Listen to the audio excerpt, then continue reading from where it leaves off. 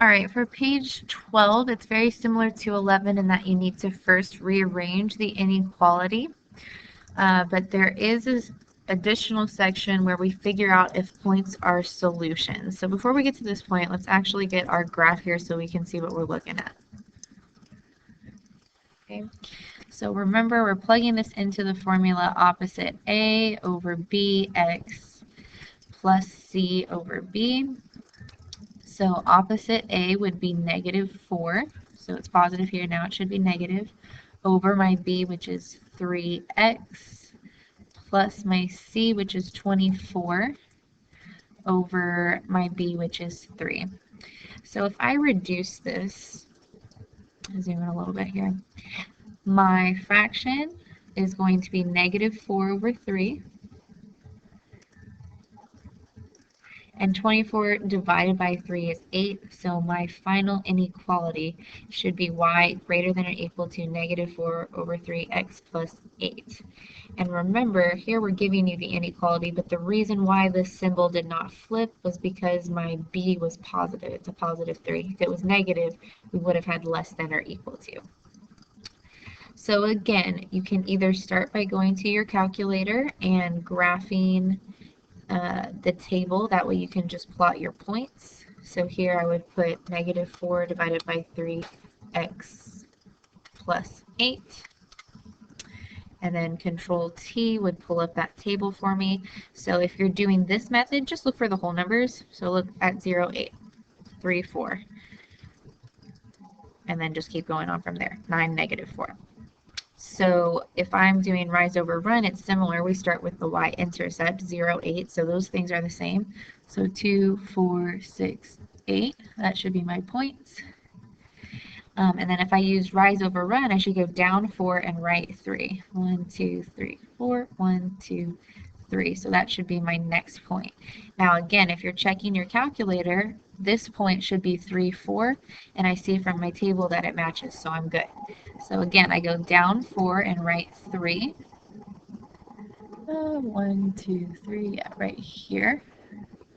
So I'm looking for this point in my table to make sure I did that right. And we have 9, -4. And for whatever reason, this is coming out as a small decimal, but if you see 9, -4 is correct if I follow that pattern. Okay.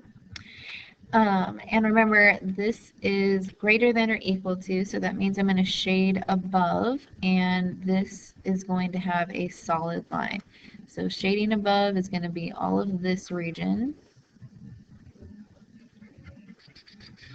Solid line, something like this. Okay.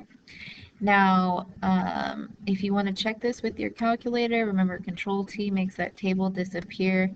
Tab, delete that symbol, pick the one that you need, and then -4 over 3x plus 8 should be typed in again, and you can see if you hover over it, it's a solid, and we're shaded here. Now, once you have the graph on here, double check to make sure that you actually did this precisely, because if you're off a little bit, it's going to throw your answers for the 1 through 6 here. So what you're going to do now is figure out which one of these given points are solutions. And what I mean by solution is they need to be in the shaded region or on a solid line. If they're on a dotted line, it is not a solution. So why don't you type something like this up? Okay, so if your point is in the shaded region or on a solid line, the point is a solution. So if I had a point on this black line, like 3, 4, that would count. But if this line was dotted, it would no longer be a solution. Okay, and a solution is basically if you plug in the point, it makes the statement true.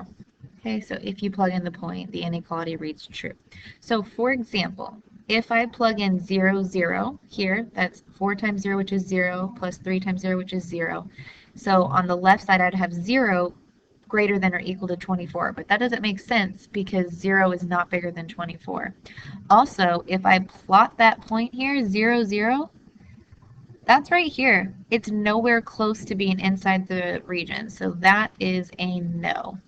On the other hand, if you have 3, 8, 3, 4, 5, 6, 7, 8, that point is here. That is definitely in the region, so that is a yes. Okay, so just go through this, plot all the points, and tell me if they're in the shaded region or if they are a solution, and then you're good to go.